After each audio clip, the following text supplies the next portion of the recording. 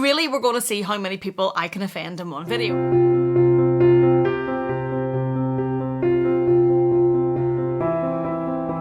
Hello there, welcome back to my channel. Thank you so much for joining me. Today I'm going to talk to you about the 10 hot popular luxury bags that I will not buy. So really we're going to see how many people I can offend in one video. Bear with me. I am going to talk through with you why these bags I don't think would work for me and why I'm not going to buy them. And the fun thing about fashion and handbag collecting is that we all have different tastes and we all have different likes, and that's what makes it interesting and fun, and that's what makes it a fun, bright tapestry of colours and neutrals and textures and fabrics. And I have so many bags in there that so many other people wouldn't buy because they think they're too bright, they're too in your face, they're too tacky, there's too many logos, lots of reasons why people wouldn't buy them, but I don't care because I love them and that's all that matters. Whatever bags you love, you wear. These are just 10 of the popular hot luxury bags that personally I will not buy. I don't think they would work for me. And let's get started. And number one, we're going straight in there. We're going straight in there at the top. Number one is the new Chanel 22 bag. I just don't like it. And I just don't. I've seen it in person. I tried it on in the boutique. I think it looks a little bit plasticky. I think the leather feels a little bit plastically. I think the leather looks like it would be susceptible to cracking. I have watched the reel going around where the Chanel letters fell off it. I just don't think it's for me. It's not a bag that I look at and think, oh my goodness, I have to have that.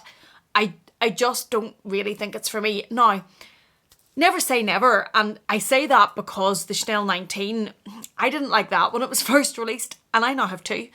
And the Louis Vuitton Multi-Pochette Accessoire, I didn't like that either, and it's now one of my most used bags because it's so functional. But I really don't think that I would buy the Chanel 22. There are a few people on Instagram that have these, that have a very cool and funky aesthetic, and they look really, really well. And when they wear it, I can see on their Instagram and I think, oh my goodness, they look fab. And they really pull it off. But they have that certain quirky, cool look, and I just don't think I would pull it off. When I tried it on, I just think it looked like a nothing bag. I don't think it was... It just didn't work for me, and I don't think it would work for me. And the first one that I will not be buying is the Chanel 22 bag. The next one, sticking with Chanel and offending more Chanel lovers, is the Chanel Coco handle. Now, bear with me. I know that a lot of people love this bag and it's their favourite Chanel bag. The reason I don't think I will be buying this one is because I have quite a lot of Chanel bags now. I have quite a lot of minis. I have a classic flap. I have the Chanel trendy. I have the bucket bag. I have a few seasonal bags. And I never thought that my collection of handbags, I would acquire so many. I never thought I would have that many. So I think now for me to buy another Chanel bag, it would have to be something, a specific colour or something very, very special for me to buy it. Now, if a Coco handle come out in that specific colour that I was just bowled over by, I might buy it. This is one that would have more potential, I think, than the 22. But I think it's similar to the bags that I have. I know a lot of people prefer it to the trendy, but I think it's similar. I do really like the mini. I think it's really nice crossbody. If it fit my phone, I might consider it. But then I have so many mini bags, and it's really now just about trying to be a bit more mindful with my spending. I know, but I am trying to now look at bags that I'm buying because I have acquired more than I thought I ever would. Do they fill a void? Is there something that I don't have? And if it was a mini Coco handle, I have so many mini bags, I just don't know if there would be the space to have another one. And that's why I don't think I will buy the Chanel Coco handle. Number 3, and we're going over to Dior, and it is the Dior D-Lite in the Lady Dior. I know it's not Lady Dior, but the D-Lite version. Now, I once said that I would never buy a Dior, Lady Dior. I thought they were too classic and too elegant, and I now have this bright pink one up here, which I haven't actually used yet, but has the rainbow hardware on it, and I love it because they brought it out in a fun, quirky, modern colour, and I absolutely love that bag, no regrets. The reason I don't think I will buy the D-Lite is because it is the equivalent to the Lady Dior size medium, and I did try it on in Paris because I was obsessed with the pink print version, which I now have the shirt in, and it has the animals on it and it's bright and it's fabulous. This bag is fabulous. The reason I didn't buy it is I think it's just too big for me. This is not about mini bags being a trend or a craze. I don't really care about trends or crazes. I generally like small bags. Even when the mini bag trend is far gone, I will still be wearing small bags. I generally don't really like big bags apart from my big never fill work bag. So I think the D-Lite in the medium size, the equivalent of the medium, is just a bit too big for me and a bit too boxy and a bit too bulky, and I don't think I would wear it. I regret that though, because the D-Lite comes out in some fabulous prints. Those brights that I'm talking about, there's a print at the minute that I love in the small book tote, comes out in the D-Lite, and I love it as well. I think it looks fabulous. I just think the size for me doesn't work. Number 4, skipping over to Louis Vuitton, and it's the Louis Vuitton Onthego. Now, I really like the green version that is out at the minute. I like the print of it, the fabric, the colour of it. But the Onthego for me is just too boxy and too structured for that type of bag. I prefer the Louis Vuitton Neverfill, and we all know that. I love that bag. It's a bit more malleable, it's a bit more movable, it's softer. The Onthego is more structured. It's more of a square rectangle, they're different shapes. It's more of a rectangle box bag. I think for me, I find it when I've tried it a little harder to wear, a bit more, it holds its shape more, it sticks out more, and I just don't think it's for me. I do really like it in that green, but I still don't think it's enough to make me buy that bag. Number 5 is similar, and it is the Dior book tote in the large size. Now, whenever it was the large size they had and the tiny micro one, I said Lady Dior, I can't speak today. I said Dior book tote, not for me, won't buy it, because I can't imagine how I would use it. You have to carry it by your hand, as opposed to on your shoulder or crossbody. It doesn't have a strap to go under your shoulder like the Neverfill does. It also is quite boxy. It would need an organiser to give it some type of shape. It's a black hole inside, and I don't think it would be as functional for me as the Neverfill is, because that's similar type of bag, but I think the Neverfill carries a function for work that I don't think the book tote would carry. I think holding it would be really uncomfortable, especially if laptops and everything were in it. So the large book tote, I don't think I will ever buy. I did think I would never buy a book tote, but photo going in here, I came across this one on Jay Define's page on Instagram, and the print on this book tote is fabulous. It's sublime, it's wonderful, it's beautiful, it's gorgeous, and I'm a bit addicted to it. I'm currently on a no buy of luxury bags, so I'm not buying that bag. But if there was in the future more prints like that in the small book tote, and I thought it's something I could maybe carry in the summer and make use out of, a bit like the way I carry the Artie Capucines, maybe watch the space for that one, but the large size I just think is a no. Number 6, and it is the Louis Vuitton Odeon bag. I know I'm offending some people. The Odeon bag for me, I don't know what it is. It just doesn't scream at me to buy it. I think it's the dip in the shape, and then it kind of being like a longer bag. I know Steph from Handbagaholic has it and loves this bag, finds it so usable. It's just anytime I've tried it, I have been underwhelmed by it. I do think it would be a very practical bag. I think it would be a bag that would work very well for every day, but it just doesn't scream enough to me to make me spend that sort of money. I think it looks a bit, I suppose, underwhelming, probably because it is a more practical shaped bag. I like bags that are going to be practical to be something a little bit different. Like when I had the Pochette Matisse, I really did like it. I liked the satchel shape of it, but then if we're going back to Steph's channel, I know that Steph much prefers the Odeon to the Pochette Matisse. We all just have different tastes and likes, and I think that's fabulous. But for me, the Odeon bag just isn't something that I ever see myself buying. Number 7, Hermes isn't getting left out. And it's the Picotin bag, and it's the Mini Lindy bag, and it's probably the Garden Party bag. I don't see myself ever buying any of those, and this is why I don't think an Hermes journey would ever work for me, because I do like bits of their clothing, shoes, I do like their jewellery, I do like their homewares, but there's not a huge amount of their bags apart from the main 3 that I actually really like. The Picotin for me, I have the Chanel bucket bag that's up at the top. I was actually using it the other day because I'm making an effort.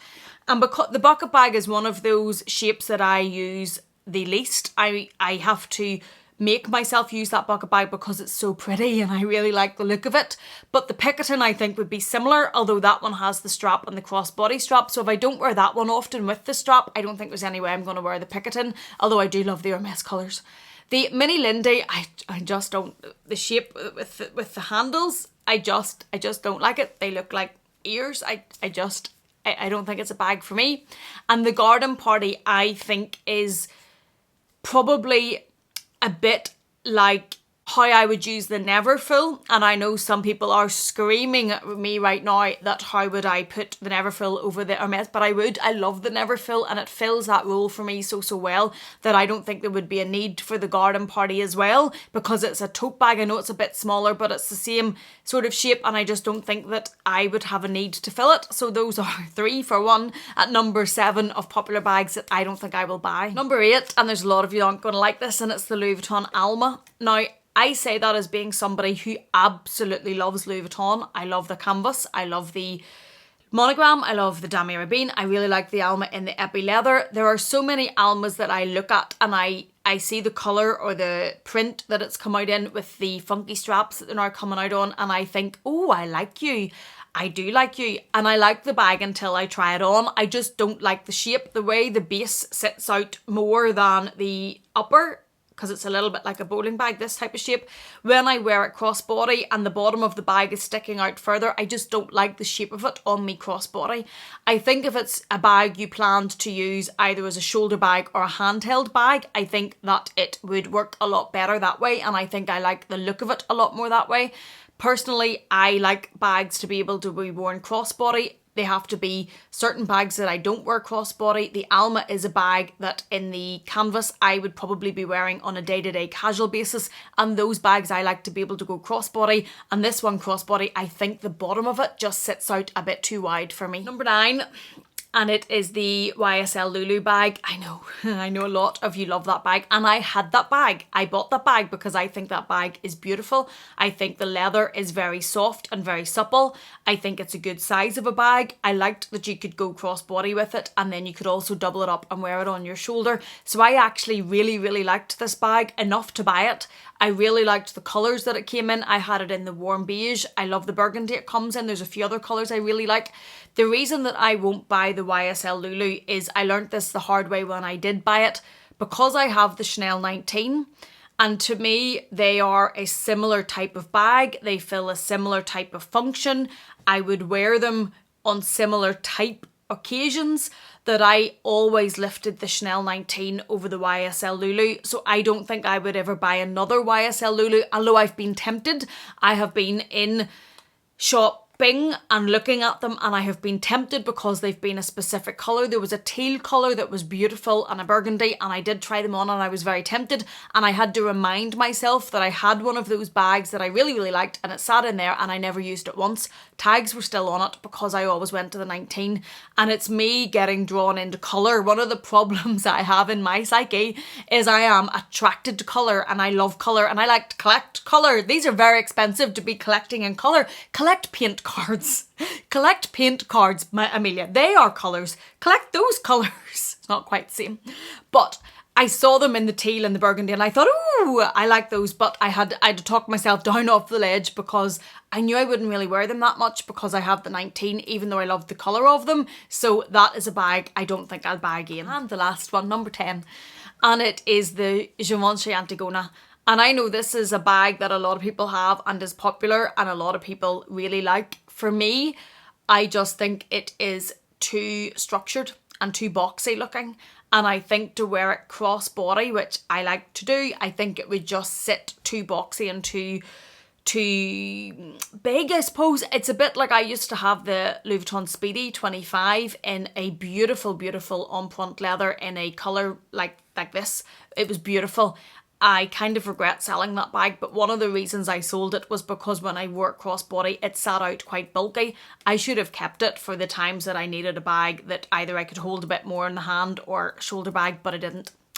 Crying over spilt milk. But it's that sort of reason why I think the Antigona won't work for me either, because it's quite big and it's quite boxy, and when you wear it crossbody it sits out that bit too much, and I just don't love that look. So the Givenchy Antigona is another one that I don't think that I will ever add to my collection. Did you make it to the end? Have you fallen out with me? Are we still friends? I don't mean to be offending anybody. These are just my opinions on 10 popular bags that I wouldn't personally buy. As I say, there are many in there that so many of you would be like, oh, I can't believe you bought that bag. But We all have our wants and our likes, and it's brilliant. It makes the world an interesting, colourful tapestry. We all love to have different things. Luxe Petite on YouTube has the best neutral collection ever. I'm not really a neutral handbag lover, but I love to look at her bags because I can see the beauty in them. Let's embrace the difference in us all and enjoy the different collections. Thank you so much for watching this video. I hope we are still friends at the end of it. Please take care, and I will see you again in the next one.